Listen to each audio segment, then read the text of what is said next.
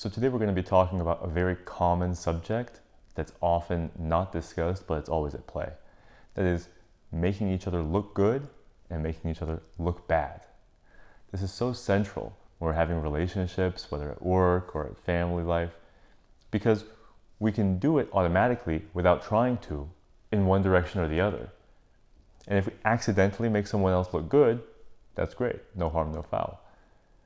But accidentally making someone look bad is pretty common. And then intentionally making someone look bad, that's, we can't speak to how common it is, but in your own life, you may be able to relate. I see it happening. I've been asked by people to not make them look bad. I've asked other people to not make me look bad. So it's very real and alive for me.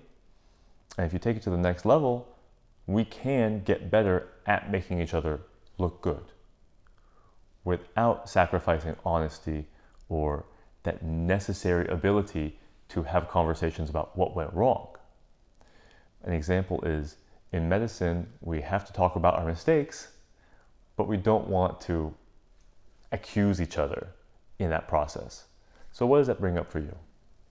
Well, my question is, how do you make someone look bad by accident, unintentionally? This is a great question. There is something called nonviolent communication by Marshall Rosenberg, and he describes using I statements. Now, the thing is, I statements are intended to take the edge off of feedback by saying something like, I feel disappointed, rather than you disappointed me. But anyone who you're talking to is going to pick up that it's actually an accusation. If I say I'm disappointed, it's like, well, what other target could there be but you? And so that actually makes you look bad for a couple of reasons, because one, you disappointed me, and second of all, I think you're going to be fooled by my using an I statement into somehow being less defensive. But there are other examples of that, and in general, sharing your feelings about, your honest feelings about what someone else did, if they're bad feelings and you don't do it well, if you haven't planned how to express yourself and you just blurt it out, the chances of making the person who made you feel bad look bad is high. The chances of that are high. Yes, go ahead. Quick question. So you're saying that there needs to be planning, self-control,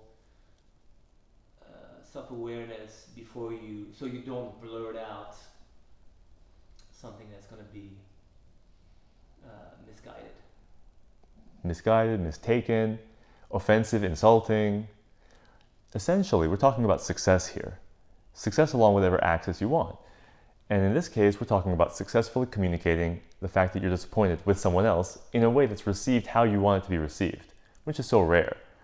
It's usually not received how you want it to be received, but it's usually because you didn't plan it very well, or at all.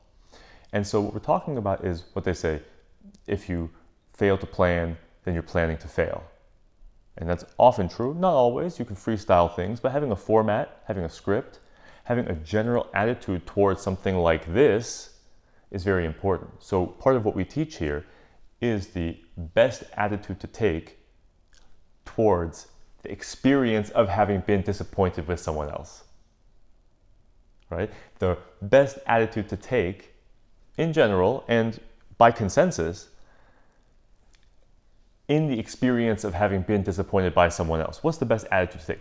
What's the worst attitude to take? First of all, something like entitlement. No one should ever upset me. Everyone should do everything I want all the time, just how I want it. And then you just take, something like the opposite, and you see people are human, they're trying their best, etc. And you find where you're comfortable at in that range of emotional tone. Takes some practice, but over time, you can actually predict what's this person's experience going to be like when I say it this way? How much am I improving or decreasing the chances of my words being received? Because if the point is to actually improve that person's behavior, then attacking and accusing them, making them look bad and feeling insecure and defensive, probably decreases the chance of your message being received. And that would be a failure in this case. Yeah.